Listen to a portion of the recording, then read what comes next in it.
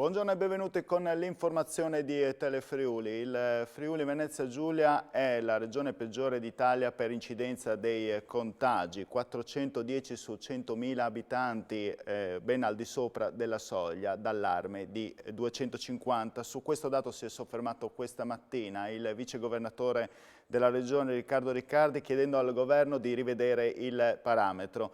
Riccardi ha parlato anche della ripresa delle scuole, del ruolo dei medici di base e dei nuovi punti vaccinali. Sentiamolo in questa lunga intervista. C'è una disparità di valutazione dell'andamento del contagio che è completamente diversa tra le regioni. Noi abbiamo un livello di tamponi molto elevato e quindi risultiamo la regione che ha una sorveglianza alta, un contagio alto.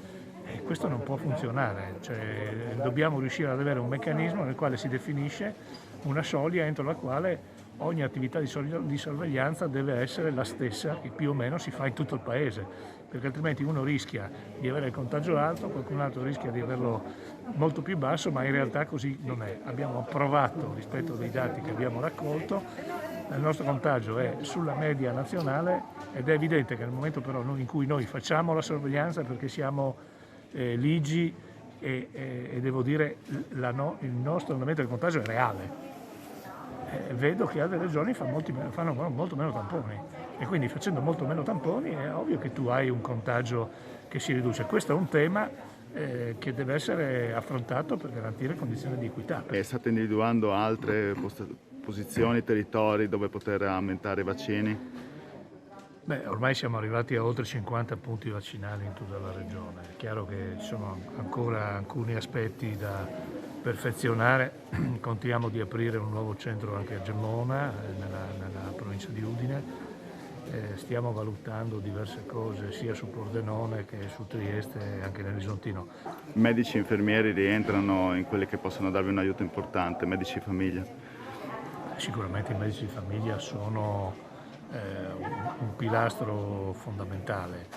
Devo dire che abbiamo avuto una importante adesione, adesso qualcuno preferisce fare questo lavoro in strutture come queste piuttosto che farlo nel proprio ambulatorio a casa delle persone. Adesso bisognerà cercare di condividere con loro la migliore forma possibile. C'è da dire che a questo si aggiunge anche una significativa adesione degli specializzandi. Le scuole, giusto ripartire dopo Pasqua, anche in zona rossa? Io penso che sia giusto ripartire nelle condizioni in cui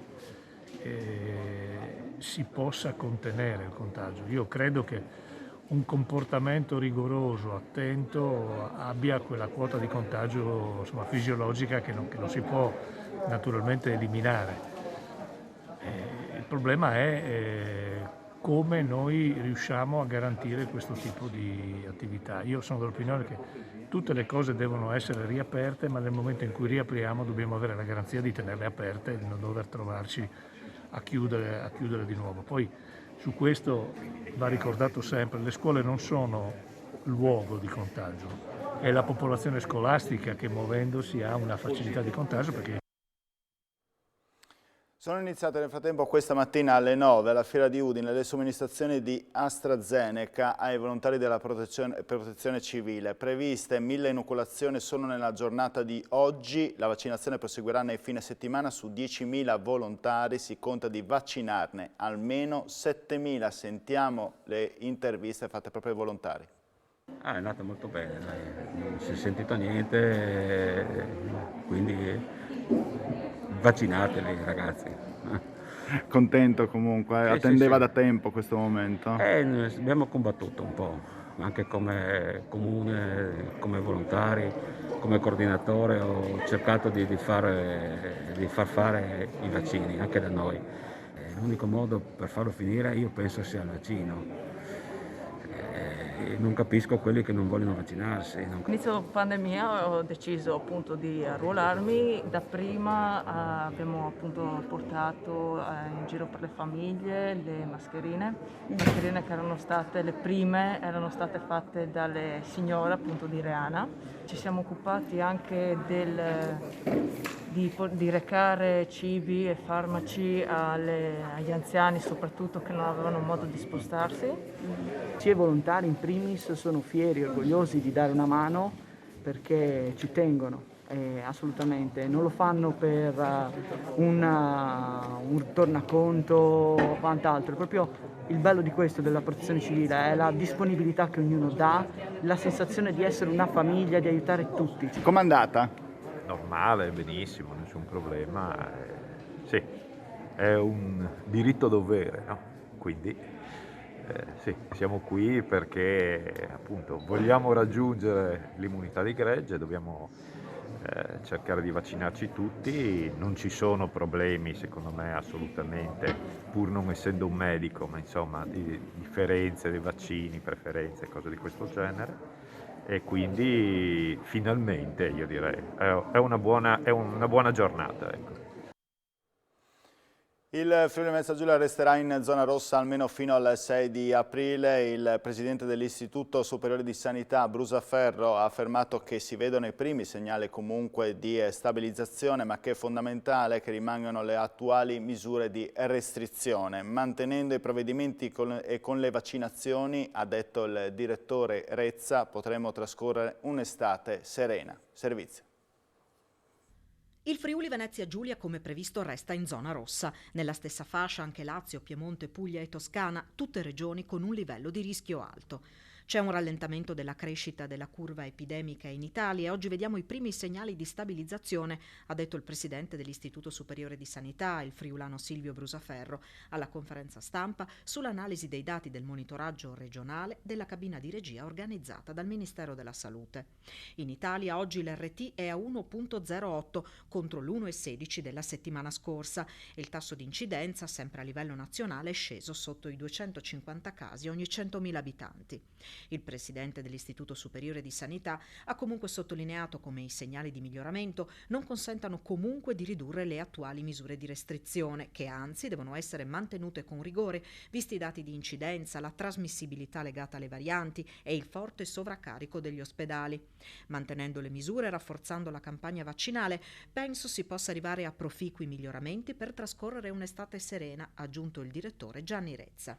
Brusaferro e Rezza hanno annunciato poi che attiva un gruppo di lavoro che sta completando l'aggiornamento delle indicazioni per le cure anti-Covid domiciliari e c'è già una bozza di documento. Presto ci saranno nuove indicazioni sulla base anche delle ultime evidenze nel campo dei farmaci. E torneranno comunque in classe dal 6 di aprile, anche se ci sarà ancora la zona rossa, gli studenti più piccoli, ovvero materne, elementari e prima media. Ad assicurarlo il Premier Draghi, un sospiro di sollievo per alcuni genitori e insegnanti scesi comunque ieri sera in piazza a Udine per dire no alla DAD. Sentiamo. Visto che siamo una regione insomma, che possiamo gestire in maniera anche autonoma alcune cose, provare proprio a portarli tutti a scuola, tracciare come si deve, e se possiamo fare anche una proposta in generale, è che come si vuole fare i tamponi rapidi all'interno della scuola, li si faccia in tutti gli ambienti lavorativi, in modo che si vada veramente per una volta a cercare dove veramente nascono i focolai. Perché anche sui giornali, sulle televisioni, tante volte si parla di focolai quando magari c'è una persona, un insegnante e un bambino, e magari anche di classi diverse, quindi bisogna un attimino declinare cosa vuol dire focolai o meno. Io sono qui quindi perché ritengo che sia un'assoluta priorità della nostra società, del nostro Stato, riaprire le scuole, garantire la formazione, garantire l'educazione ai nostri studenti, e non sono d'accordo con questa idea che le scuole siano sempre le prime ad essere chiuse e le ultime ad essere riaperte. Questo sarebbe il secondo anno, in parte compromesso da queste aperture e chiusure della didattica a distanza, e sicuramente una cosa del genere non fa bene agli studenti di ogni ordine e grado e al loro percorso di formazione. La didattica a distanza non è scuola, perché la scuola non è soltanto la lezione, non sono soltanto i libri, non è soltanto il prof che parla da solo per ore e ore, ma la scuola sono gli amici, sono le relazioni, sono i conflitti, i litigi, sono ridere assieme e imparare come si vive in una società. Quindi la scuola non insegna solo nozioni, la scuola insegna che cosa vuol dire vivere in una città, vivere nel mondo. Cosa vuol dire avere 4 figli in DAD? Vuol dire essere prigionieri in casa propria, perché non so dove girarmi io, perché uno in salotto, uno in cucina, uno in camera sua. No, non accendere la lavatrice, spegni il telecomando, cioè Vuol dire poi, a parte io lavoro poi in smart working, quindi abbiamo 3 computer, 2 tablet, cioè sembra di essere alla NASA più che a casa onestamente. Gli effetti della pandemia di Covid-19 si fanno sentire sulla mortalità a livello nazionale ma anche quella locale. Nella nostra regione nel 2020 si sono registrati 16.617 decessi, ovvero 2.299 in più rispetto all'anno scorso, più 16,1%, e 2.177 in più rispetto alla media del periodo 2015-2019, più 15,1%. A renderlo noto il ricercatore dell'IRES Friuli Venezia Giulia Alessandro Russo. Gli incrementi maggiori rispetto all'anno precedente si osservano in corrispondenza della prima ondata della pandemia, ovvero a marzo più 25%, ad aprile più 27% e soprattutto nella parte finale dell'anno. Novembre ha fatto registrare una variazione pari a più 61%, dicembre addirittura più 68,3%. 7 persone sono state sanzionate nella giornata di ieri dai carabinieri della stazione del capoluogo di Udine perché non hanno rispettato le normative per il contenimento della pandemia da Covid-19. Sono state trovate infatti aggregate senza rispetto delle distanze vicino a un locale pubblico che opera ai Rizzi, nel quartiere udinese. Stavano consumando dei drink, nessuna responsabilità invece per il titolare. Ancora un mese, quello di aprile, di super sconti per la benzina con la Regione che ha confermato sostegno per ridurre i costi del pieno. Allo studio della nuova legge non mancano però le segnalazioni di prezzi tra i più alti d'Italia nonostante i confini chiusi. Sarà un addio, ma verosimilmente un arrivederci. I super sconti della benzina nella fascia 1 dureranno ancora tutto aprile, dopo 8 mesi, poi lo stop. Gli sconti resteranno ancora, valuteremo di quale entità dal prossimo mese in poi, abbiamo ormai dati consolidati e stiamo predisponendo la nuova legge dopo quella che è stata in vigore per oltre 10 anni, quindi il caso non solo di fare un tagliando ma anche di cambiarla, andando ovviamente sempre incontro alle esigenze dei cittadini del Friuli Venezia Giulia. La Regione ha inoltre notato il paradosso di prezzi più alti rispetto alla media italiana nelle pompe di Gorizia e Trieste, nonostante la chiusura prolungata dei confini. I confini chiusi hanno determinato un certo tipo di consumo, forse anche un prezzo da verificare alla pompa di benzina se è giustificato o meno. Il confronto ci sarà non solo con gli operatori della pompa di benzina ma anche con i petrolieri e con tutti gli attori di questo, governo compreso. In zona 1 lo sconto resta di 29 centesimi al litro per la benzina e di 20 centesimi al litro per il gasolio, comprensivo del super sconto giunto all'8° mese di applicazione. In zona 2 lo sconto è di 14 centesimi al litro per la benzina e di 9 centesimi al litro per il gasolio. In ogni parte del mondo la nostra Aquila ci tiene sempre uniti e questa è la frase di chiusura scelta per il nuovo video con cui l'ARLEF, Agenzia Regionale per la Lingua Friulana, ha deciso di celebrare il 3 aprile, ovvero la Fiesta delle Patrie dal Friul. Un filmato che gli spettatori in un vero e proprio giro del mondo, Udine, New York, Parigi, Los Angeles e poi di nuovo il Friuli. Filo rosso che conduce da un luogo all'altro del globo è la bandiera del Friuli. La regia del video è affidata a Giorgio Milocco, vediamo il filmato.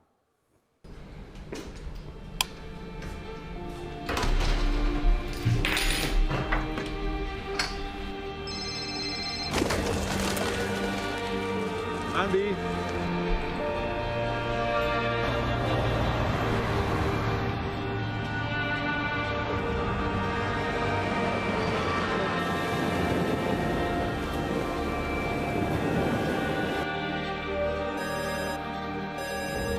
Mandi papà, grazie. Mandi stelle.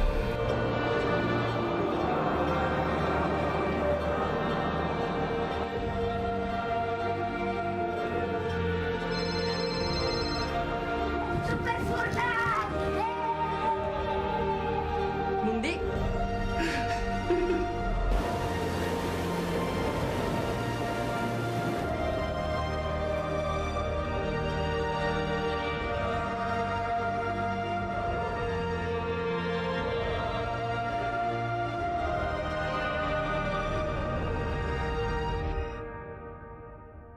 In ogni bande dal mont, la nostre aquile, non sten sempre doglie.